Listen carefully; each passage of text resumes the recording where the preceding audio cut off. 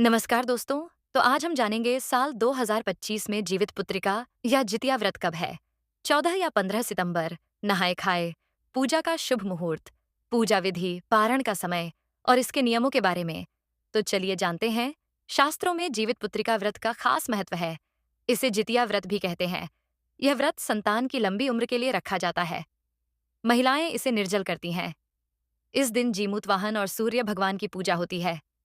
पंचांग के अनुसार जीवित पुत्रिका या जितिया व्रत अश्विन मास में कृष्ण पक्ष की अष्टमी को रखा जाता है। आइए जानते हैं, साल 2025 में जीवित पुत्रिका या जितिया व्रत कब रखा जाएगा, नहाए खाए कब है, पूजा का शुभ मुहूर्त, पारण का समय, पूजा विधि और इस व्रत के नियम क्या है। जितिया व्रत की शुरुआत नहाए खाए से होती है। पंचांग के अनुसार 2025 में जितिया व्रत का नहाए खाए 13 सितंबर को सप्तमी के दिन होगा। 14 सितंबर अष्टमी को माताएं निर्जला व्रत रखेंगी और नवमी के दिन 15 सितंबर को व्रत का पारण किया जाएगा। साल 2025 में जीवित पुत्रिका व्रत 14 सितंबर रविवार को रखा जाएगा।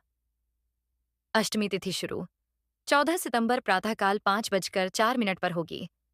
अष्टमी तिथि समाप्त 15 सितंबर प्रातःकाल 3:06 पर होगी। पूजा का शुभ मुहूर्त 14 सितंबर सुबह 11:52 से लेकर दोपहर 12:41 तक रहेगा। और आगे इसी के साथ हम जानेंगे जीवित पुत्रिका व्रत, पूजा विधि। तो चलिए जानते हैं। शास्त्रों की माने तो जीवित पुत्रिका व्रत के दिन प्रातः स्नान आदि के बाद सूर्यदेव की उपासना कर घर के मंदिर में एक चौकी पर लाल रंग का वस्त्र बिछाकर उस पर सूर्य नारायण और कुशा से बनी जीमूत वाहन की प्रतिमा स्थापित करें।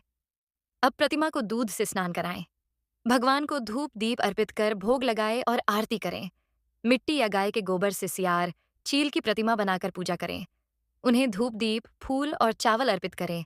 इसके बाद जितिया व्रत कथा सुने और अगले दिन व्रत का पारण करना चाहिए। और आगे इसी के साथ हम जानेंगे जीवित पुत्रिका व्रत के नियम। तो चलिए जानते हैं। जितिया व्रत के नियम सप्तमी से नवमी तक चलते हैं। व्रती महिला को तामसिक चीजों का इस्तेमाल नहीं करना चाहिए। दातून नहीं करना चाहिए।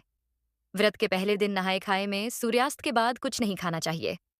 नहाए खाए और पारण के दिन विशेषकर मरुआ नोनी, अरवी, तोरई, खीरा और देसी मटर खाने की परंपरा है।